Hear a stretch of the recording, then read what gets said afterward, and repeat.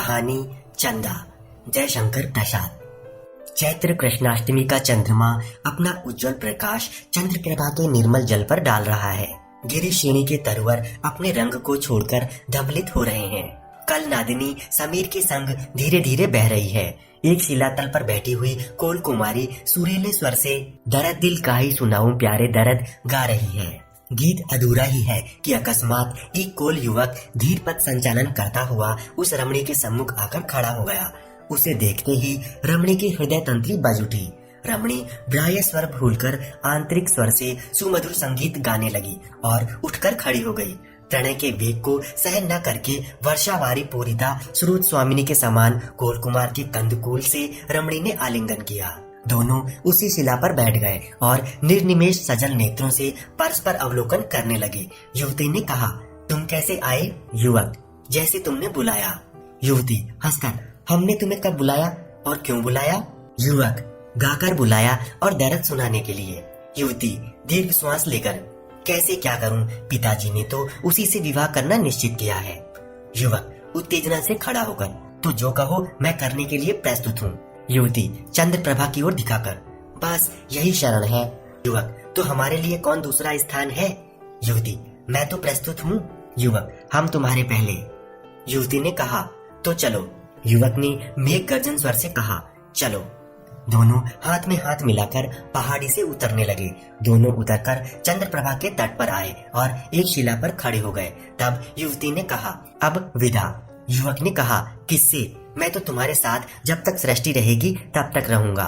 इतने में शाल वृक्ष के नीचे एक छाया दिखाई पड़ी और वह इन्हीं दोनों की ओर आती हुई दिखाई देने लगी। दोनों ने चकित होकर देखा कि एक कोल खड़ा है। उसने गंभीर स्वर से युवती से पूछा, चंदा तू यहाँ क्यों आई? युवती, तुम पूछने वाले कौन हो? आगंतुक युवक, मैं तुम्हारा भावी पति रामू हूँ। युवती, मैं तुमसे ब्याह ना करूंगी। आगंतुक युवक, फिर किससे तुम्हारा ब्याह होगा? युवती ने पहले के आए हुए युवक की ओर इंगित करके कहा, इन्हीं से। आगंतुक युवक से अब न रहा गया। घूमकर पूछा, क्यों हीरा, तुम ब्याह करोगे? हीरा, तो इसमें तुम्हारा क्या तात्पर्य है? रामू, तुम्हें इससे अलग हो जाना चाहिए। हीरा, क्यों, तुम कौन होते हो? रामू, हमारा इससे संबंध पक्का हो चुका है। हीरा, पर जिससे संबंध होने वाला है वह सहमत ना हो तब? रामू, क्यों चंदा, क्या कहती हो? चंदा, मैं तुमसे ब्याह ना करूंगी। रामू, तो हीरा से भी तुम ब्याह नहीं कर सकती? चंदा, क्यों? रामू, हीरा से अब हमारा तुम्हारा फैसला हो जाना चाहिए, क्योंकि एक मयान में दो तलवारें नहीं रह सकती। इतना कहकर हीरा के ऊपर झपटकर उसने अचानक छुरे का वार किया। हीरा यद्यपि सचेत हो रहा था, पर उसको संभलने में विलम्ब हुआ। इससे घाव लग गया और वह वक्ष थाम कर बैठ गया। इतने में चंदा जोर से क्रंदन कर उठी। साथ ही एक वृद्ध भील आता हुआ दिखाई पड़ा। युवती मुंह ढांपकर रो रही है और युवक रक्तांत छुरा लिए घड़ा की दृष्टि से खड़े हुए हीरा की ओर देख रहा है। विमल चंद्रिका में चित्र की तरह वे दिखाई दे रहे हैं। वृद्ध को जब चंदा ने देखा तो और वेग से रोने लगी। उस दृश्य को देखते ही वृद्ध कुलपति सब बात समझ गया और रामू के समीप जाकर छुरा उसके हाथ से ले लिया और आज्ञा के स्वर में कहा, तुम दोनों हीरा को उठाकर नदी के समीप ले चलो। इतना कहकर वृद्ध उन सबों के साथ आकर नदी तट पर जल के समीप खड़ा हो गया। रामू और चंदा दोनों ने मिलकर उसके घाव को धोया और हीरा के मुंह पर छींटा दिया, जिससे उसकी मूर्छा दूर हुई। तब वृद्ध ने सब बातें हीरा से पूछी। पूछ लेने पर रामू से कहा, क्यों, यह सब ठीक है? रामू ने कहा, सब सत्य है। वृद्ध, तो तुम अब चंदा के योग्य नहीं हो और यह छुरा भी जिसे हमने तुम्हें दिया था तुम्हारे योग्य नहीं है। तुम शीघ्र ही हमारे जंगल से चले जाओ, नहीं तो तुम्हारा हाल महाराज से कह देंगे और उसका क्या परिणाम होगा सो तुम स्वयं समझ सकते हो। हीरा की ओर देखकर, बेटा तुम्हारा घाव शीघ्र अच्छा हो जाएगा, घबराना नहीं, चंदा तुम्हारी ही होगी। यह सुनकर चंदा और हीरा का मुख प्रसन्नता से चमकने लगा, पर हीरा ने लेटे ही लेटे हाथ जोड़कर कहा, पिता एक बात कहनी है, यदि आपकी आज्ञा हो। वृद्ध, हम समझ गए बेटा, रामू विश्वासघाती है। हीरा, नहीं पिता, अब वह ऐसा कार्य नहीं करेगा, आप क्षमा करेंगे, मैं ऐसी आशा करता हूँ। वृद्ध, जैसी तुम्हारी इच्छा। कुछ दिन बाद जब हीरा अच्छे प्रकार से आरोग्य हो गया तब उसका ब्याह चंदा से हो गया। रामू भी उस उत्सव में सम्मिलित हुआ, पर उसका बदन मलिन और चिंतापूर्ण था। वृद्ध कुछ ही काल में अपना पद हीरा को सौंप स्वर्ग को सिधारा।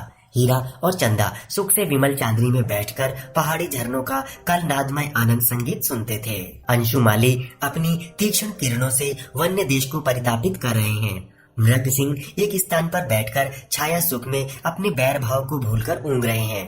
चंद्रप्रभा के तट पर पहाड़ी की एक गुहा में जहाँ की छतनार पेड़ों की छाया उष्ण वायु को भी शीतल कर देती है, हीरा और चंदा बैठे हैं।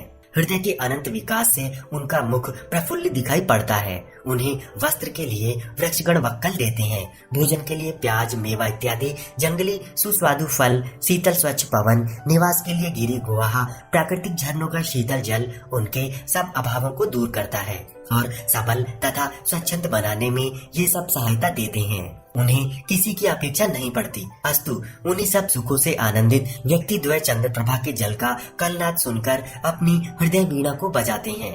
चंदा, प्रिय आज उदासीन क्यों हो? हीरा, नहीं तो मैं यह सोच रहा हूँ कि इस वन में राजा आने वाले हैं। हम लोग यद्यपि अधीन नहीं हैं, तो भी उन्हें शिकार खिलाया जाता है और इससे हम लोगों की कुछ हानि भी होती है। उसके प्रतिकार में हम लोगों को कुछ मिलता है, पर आजकल इस वन में जानवर दिखाई नहीं पड़ते, इसलिए सोचता हूँ कि कोई शेर या छोटा चीता भी मिल जाता तो कार्य हो जाता। चंदा, खोज किया था?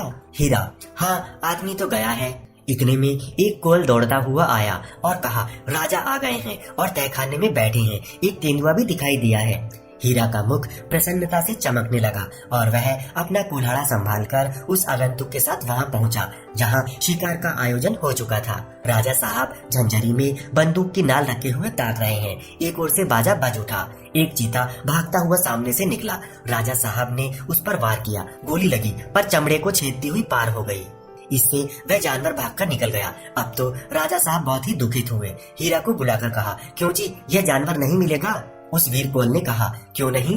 इतना कहकर वह उसी ओर चला। झाड़ी में जहाँ वह चीता घाव से व्याकुल बैठा था, वहाँ पहुंचकर उसने देखना आरंभ किया। क्रोध से भरा हुआ चीता उस कौल युवक को देखते ही झपटा। युवक असावधानी के कारण वार न कर सका, पर दोनों हाथों से उस भयानक जंतु की गर्दन को पकड़ लिया और उसने भी इसके कंधे पर अपने दोनों पंजों को जमा दिया। दोनों में बल प्रयोग होने लगा। थोड़ी देर में दोनों जमीन पर लेट गए। यह बात राजा साहब को विदित हुई। उन्होंने उसकी मदद के लिए कोलों को जाने की आज्ञा दी। रामू उस अवसर पर था। उसने सबसे पहले जाने के लिए पैर बढ़ाया और चला। वहाँ जब पहुँचा तो उस दृश्य को देखकर घबरा गया और हीरा से कहा, हाथ ढीला कर, जब यह छोड़ने लगे तब गोली मारो, नहीं तो संभव है कि तुम्ही को लग जाए। हीरा, नहीं, तुम गोली मारो। रामू, तुम छोड़ो तो मैं वार करूँ। हीरा, नहीं, यह अच्छा नहीं होगा। रामू, तुम उसे छोड़ो, मैं अभी मारता हूँ। हीरा, नहीं, तुम वार करो। रामू, वार करने से संभव है कि उछले और तुम्हारे हाथ छूट जाए तो तुमको यह तोड़ डालेगा। हीरा, नहीं, तुम मार लो, मेरा हाथ ढीला हुआ जाता है। रामू, तुम हट करते हो, मानते नहीं। इतने में हीरा का हाथ कुछ बातचीत करते करते ढीला पड़ा। वह चीता उछलकर हीरा की कमर को पकड़कर तोड़ने लगा। रामू खड़ा होकर देख रहा है और पैशाचिक आकृति उस घृणित पशु के मुख पर लक्षित हो रही है और वह हंस रहा है। हीरा टूटी हुई सांस से कहने लगा, अब भी मार ले। रामू ने कहा, अब तू मर ले, तब वह भी मारा जाएगा। तूने हमारा हृदय निकाल लिया है, तूने हमारा घोर अपमान किया है, उसी का प्रतिफल है, इसे भोग। हीरा को चीता खाए डालता है, पर उसने कहा, नीच, तू जानता है कि चंदा अब तेरी होगी। कभी नहीं, तू नीच है, इस चीते से भी भयंकर जानवर है। रामू ने पैशाचिक हंसी हंसकर कहा, चंदा अब तेरी तो नहीं है, अब वह चाहे जिसकी हो। हीरा ने टूटी हुई आवाज से कहा, तुझे इस विश्वासघात का फल शीघ्र मिलेगा और चंदा फिर हमसे मिलेगी। चंदा, प्यारी इतना उसके मुख से निकला ही था कि चीते ने उसका सिर दांतों के तले दाब लिया। रामू देखकर पैशाचिक हंसी हंस रहा था। हीरा के समाप्त हो जाने पर रामू लौट आया और झूठी बातें बनाकर राजा से कहा कि उसको हमारे जाने के पहले ही चीता ने मार लिया। राजा बहुत दुखी हुए और जंगल की सरदारी रामू को मिली। बसंत की राका चारों ओर अनूठा दृश्य दिखा रही है। चंद्रमा न मालूम किस लक्ष्य की ओर दौड़ा चला जा रहा है, कुछ पूछने से भी नहीं बताता। कुटच की कली का परिमल लिए पवन भी न मालूम कहाँ दौड़ रहा है, उसका भी कुछ समझ नहीं पड़ता। उसी तरह चंद्रमा के तीर पर बैठी हुई कोल कुमारी का कोमल कंठस्वर भी किस धुन में है नहीं ज्ञात होता। अकस्मात गोली की आवाज ने उसे चौंका दिया। गाने के समय जो उसका मुख उद्वेग और करुणा से पूर्ण दिखाई पड़ता था, वह घृणा और क्रोध से रंजित हो गया और वह उठकर पुच्छ मर्दिता सिंघनी के समान तनकर खड़ी हो गई। और धीरे से कहा, यही समय है। ज्ञात होता है राजा इस समय शिकार खेलने पुनः आ गए हैं। बस वह अपने वस्त्र को ठीक करके कोल बालक बन गई और कमर में से एक चमचमाता हुआ छुरा निकालकर चूमा। वह चांदनी में चमकने लगा। फिर वह कहने लगी, यद्यपि तुमने हीरा का रक्तपात कर लिया है, लेकिन पिता ने रामू से तुम्हें ले लिया है। अब तुम हमारे हाथ में हो। तुम्हें आज रामू का भी खून पीना होगा। इतना कहकर वह गोली के शब्द की ओर लक्ष्य करके चली। देखा कि तहखाने में राजा साहब बैठे हैं। शेर को गोली लग चुकी है और वह भाग गया है। उसका पता नहीं लग रहा है। रामू सरदार है, अतएव उसको खोजने के लिए आज्ञा हुई। वह शीघ्र ही सन्नद्ध हुआ। राजा ने कहा, कोई साथी लेते जाओ। पहले तो उसने अस्वीकार किया, पर जब एक गोल युवक स्वयं साथ चलने को तैयार हुआ तो वह नहीं भी न कर सका और सीधे जिधर शेर गया था उसी ओर चला। कोल बालक भी उसके पीछे है। वहाँ घाव से व्याकुल शेर चिंगार रहा है। इसने जाते ही ललकारा। उसने तत्काल ही निकलकर वार किया। रामू कम साहसी नहीं था। उसने उसके खुले मुंह में निर्भीक होकर बंदूक की नाल डाल दी, पर उसके जरा सा मुंह घुमा लेने से गोली चमड़ा छेदकर पार निकल गई और शेर ने क्रुद्ध होकर दांत से बंदूक की नाल दबा ली। अब दोनों एक दूसरे को ढकेलने लगे, पर कोल बालक चुपचाप खड़ा है। रामू ने कहा, मार, अब देखता क्या है। युवक, तुम इससे बहुत अच्छी तरह लड़ रहे हो। रामू, मारता क्यों नहीं। युवक, इसी तरह शायद हीरा से भी लड़ाई हुई थी, क्या तुम नहीं लड़ सकते। रामू, कौन, चंदा, तुम हो। आह, शीघ्र ही मारो, नहीं तो अब यह सबल हो रहा है। चंदा ने कहा, हाँ लो मैं मारती हूँ। इसी छुरे से हमारे सामने तुमने हीरा को मारा था। यह वही छुरा है, यह तुझे दुख से निश्चय ही छुड़ावेगा। इतना कहकर चंदा ने रामू की बगल में छुरा उतार दिया। वह छटपटाया। इतने ही में शेर को मौका मिला। वह भी रामू पर टूट पड़ा और उसका इतिकर आप भी वहीं गिर पड़ा। चंदा ने अपना छुरा निकाल लिया और उसको चांदनी में रंगा हुआ देखने लगी। फिर खिलखिलाकर हंसी और कहा, दर्द दिल काहे सुनाऊं प्यारे। फिर हंसकर कहा, हीरा तुम देखते होगे, पर अब तो यह छुरा ही दिल की दाह सुनेगा। इतना कहकर अपनी छाती में उसे भोंक लिया और उसी जगह गिर गई और कहने लगी, हीरा हम तुमसे मिले ही। चंद्रमा अपने मंद प्रकाश में यह सब देख रहा था। आपको हमारा वीडियो कैसा लगा प्लीज़ कमेंट करके और लाइक करके ज़रूर बताइएगा। अगर आपको हमारा वीडियो पसंद आ रहा है तो हमारे चैनल को सब्सक्राइब कर लें। इससे हमारे नई वीडियो का नोटिफिकेशन आपको मिल जाएगा। प्लीज़ आप हमारे वीडियो को शेयर भी करें।